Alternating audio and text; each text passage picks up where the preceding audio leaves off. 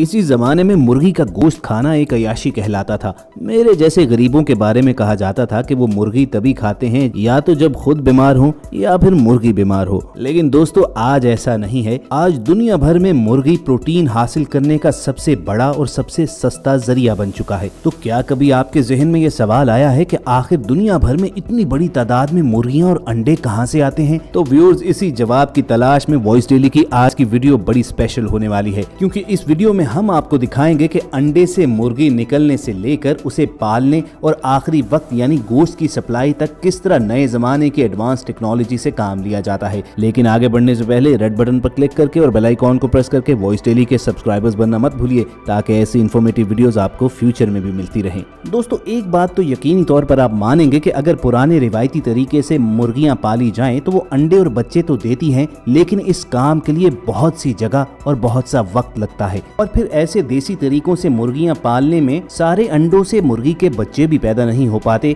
जिसकी वजह से बहुत से अंडे खराब भी होते हैं। तो दुनिया की तेजी से बढ़ती हुई आबादी की ग़िज़ाई ज़रूरियात पूरी कैसे की जाएं, इसके लिए निहायत जरूरी था कि पोल्ट्री इंडस्ट्री को भी मॉडर्न फॉर्म में शेप किया जाए। तो दोस्तों तैयार हो जाइए, क्योंकि आज की वीडियो में मैं आपको पोल्ट्री फार्मिंग में इस्तेमाल होने वाली ऐसी मॉडर्न मशीन्स दिखाऊंगा कि हैरत से आपकी आंखें फटी रह जाएंगी। ये मशीनें आप जिंदगी में पहली बार देखोगे, जो मुर्गी के अंडों से मुर्गी का बच्चा तेजी से बाहर निकाल देती हैं और अंडा भी खराब नहीं होने देती। इस मॉडर्न पोल्ट्री फार्मिंग में सबसे पहला स्टेप मुर्गी के अंडे कलेक्ट करना होता है। अगर तो ये अंडे वाइल्ड रेंज में पलने वाली मुर्गियों के हैं तो उसके लिए हाथों से इन अंडों को इकट्ठा करना पड़ता है, और इस मकसद के लिए कई एकड़ पर फैले हुए पोल्ट्री फार्म्स में चलकर इन एग्स को बास्केट्स में इकट्ठा किया जाता है। लेकिन अगर ये मुर्गियां क्लोज शेड में पाली गई हैं तो फिर मशीन्स भी इस्तेमाल की जाती हैं। मुर्गियों के इन लाखों अंडों को इकट्ठा करने के बाद स्पेशल डिजाइन की गई व्हीकल्स के जरिए इन्हें इंक्यूबेटर फैक्ट्री में लाया जाता है। अब अगर इंक्यूबेटर का मतलब जानना चाहें तो आसान अल्फाज में यूं समझ लीजिए कि मुर्गी के अंडे से मुर्गी का बच्चा निकालने वाली मशीन। यहाँ इस इंक्यूबेटर फैक्ट्री में सबसे पहले तो इन लाखों अंडों को एक कन्वेयर बेल्ट पर प्लेस किया जाता है और एक स्कैनर मशीन में से गुजारा जाता है। इस स्कैनर मशीन का काम खराब अंडों और अच्छे अंडों का पता लगाना होता है। इस स्कैनर मशीन के जरिए स्क्रीन पर नीले डॉट का निशान आता है, जो ये बताता है कि ये अंडा खराब है। फिर ये ऑटोमेटिक मशीन खुद ही अच्छे अंडों को अलग करके दूसरी कन्वेयर बेल्ट पर डाल देती है और खराब अंडों को अलग कर देती है। उसके बाद तमाम परफेक्ट एग्स को ऑटोमेटिक एडवांस मशीन एक प्लास्टिक की टोकरी में भरती जाती है। रहा ये सवाल कि खराब अंडों का क्या किया जाता है,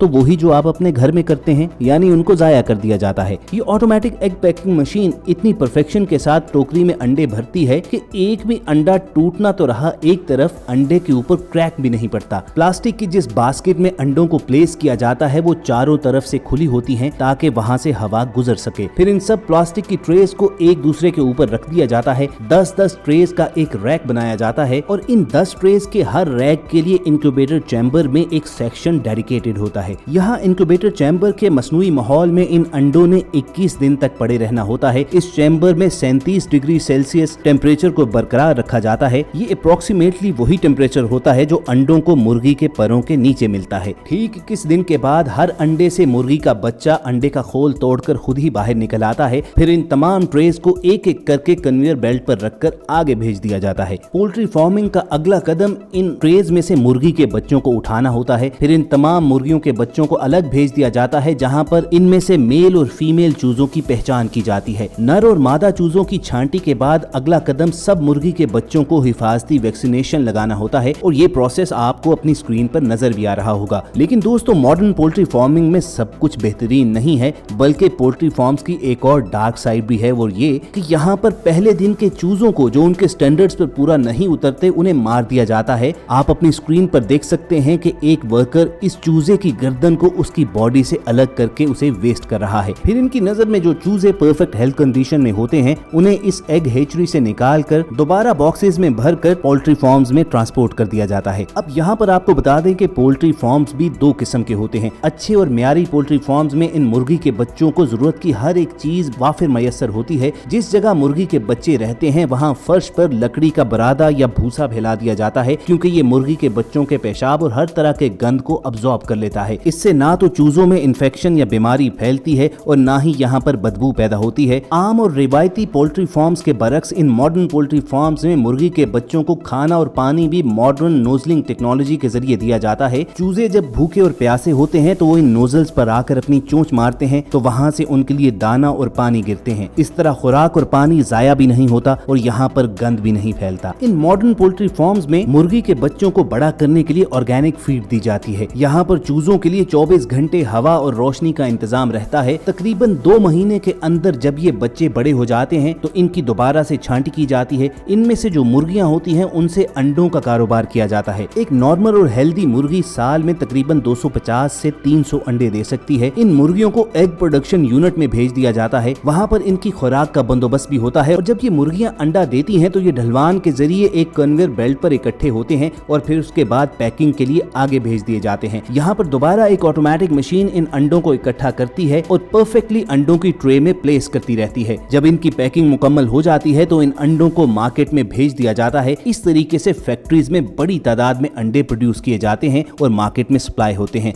दूसरी जानिब पोल्ट्री फार्म्स में जो मुर्गे होते हैं उनको 2 महीने के बाद बड़े होने पर मीट फैक्ट्री में ले जाया जाता है। इन मुर्गों को भी मीट फैक्ट्री में एक कन्वेयर बेल्ट पर प्लेस कर दिया जाता है। यहाँ पर कुछ वर्कर्स इन मुर्गों को उठाकर एक हैंगर के साथ लटकाते जाते हैं। ये हैंगर्स इन मुर्गों को आगे ले जाते हैं जहाँ बारी बारी इन मुर्गों को तेजदार आले ज़िबा करते जाते हैं और उसके बाद इन सभी मुर्गों को पानी के टब में डालकर ठंडा कर लिया जाता है। इस तरीके से इनके पर उतारने में आसानी होती है। इस ऑटोमेटिक यूनिट में अगला स्टेप इन मुर्गों को 2 ऐसे ब्रशेस के दरमियान में से गुजारना होता है जो इन मुर्गों के पर उतार फेंकता है। अब इस पूरे प्लेन मुर्गे को फिर से वॉश किया जाता है और उसके बाद चिकन की गर्दन को काट कर अलग कर लिया जाता है। उसके बाद इस चिकन के पैरों को काट लिया जाता है और मुर्गे के अंदर कई सारी आलाइशों को बाहर निकाल लिया जाता है। चिकन के अंदर से सारी गंदगी को निकालने के बाद इन मुर्गों को दोबारा से उबलते पानी से वॉश दिया जाता है और यूं चिकन बिल्कुल साफ हो जाता है। और जब तसल्ली कर ली जाती है कि इस चिकन से तमाम किस्म के जरासीम और बैक्टीरिया खत्म हो चुके हैं